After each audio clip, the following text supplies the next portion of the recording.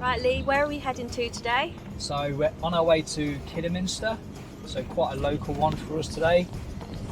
And we're collecting a 2018 it's a Bailey Autograph 794T.